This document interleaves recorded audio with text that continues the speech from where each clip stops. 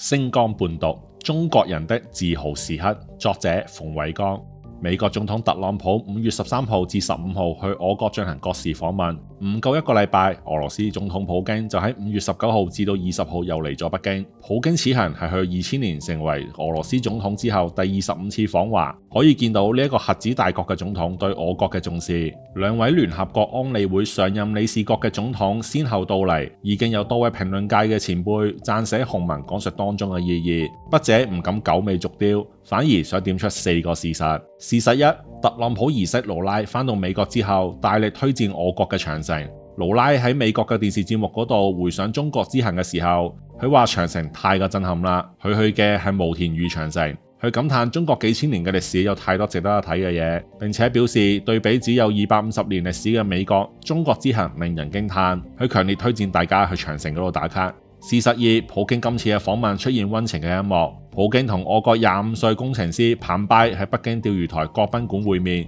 折射中俄民間友好同埋外交嘅溫度。26年前，12歲嘅彭拜曾經同普京合照。26年後，當年嘅細路仔成長為建設祖國嘅工程師，兩人重逢續寫跨國友誼嘅佳話。事實三，2025年12月，法國總統馬克龍第4度訪華，1個月後嘅2026年1月，英國首相施紀賢訪華，再加埋今個月特朗普同埋普京訪華，半年之內，聯合國安理會常任理事國嘅4位元首相繼訪華。大家要知道，對呢一啲大國元首嚟講，嚟中國訪問唔係好似我哋普通人咁串下門、講下家常咁隨便。呢一啲大國元首平日都好忙碌，佢哋訪華，手下一大批官員都要動起來，我國亦都會好忙。由政治經濟嘅商討準備，去到合作協議嘅簽訂，以至買美國波音公司200架飛機等等，我國公員以至負責北京城市安全嘅公安、國安人員都會忙到死。你可以想象到特朗普喺北京或者佢嘅兒媳喺旅行嘅時候遇到騷擾咩？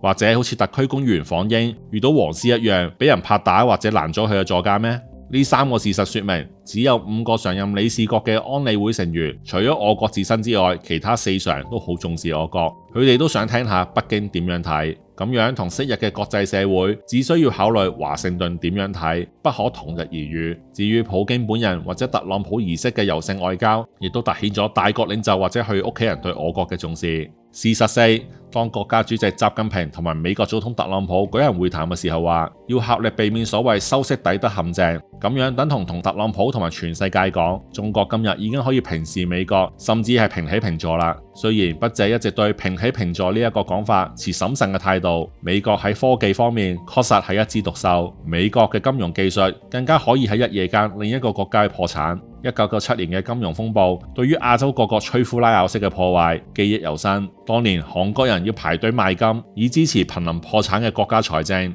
香港好多人或者都忘記咗，但係筆者至今冇忘記到。至於美國點樣用顏色革命去搞冧其他國家，例如2014年嘅烏克蘭廣場革命，以至於用外科手術式斬首別國嘅元首，例如喺今年對委內瑞拉同埋伊朗更加歷歷在目。不過美國至少喺現階段勉強接受我國同佢平起平坐，至少特朗普去到今日為止都冇發作。試諗下其他上任理事國嘅元首，亦都同特朗普當面提到要合力避免所謂修昔底德陷阱，你估特朗普會唔會嗤之以鼻？以美國政客，尤其特朗普嘅傲慢，佢會唔會近得落唔夠格嘅國家元首喺佢面前咁樣講呢？所以當黃絲們呱呱叫，不斷抹黑我國嘅時候，佢哋應該擘大眼望下呢4常嘅元首喺度做緊乜嘢。我哋愛國嘅香港人，亦都唔好因為呢一啲國事訪問冇直接即時對我哋嘅生活有咩影響而輕視。冇一個受尊重嘅國際環境，我哋又點樣立身處世？唔信諗下100幾年前華人係乜嘢待遇？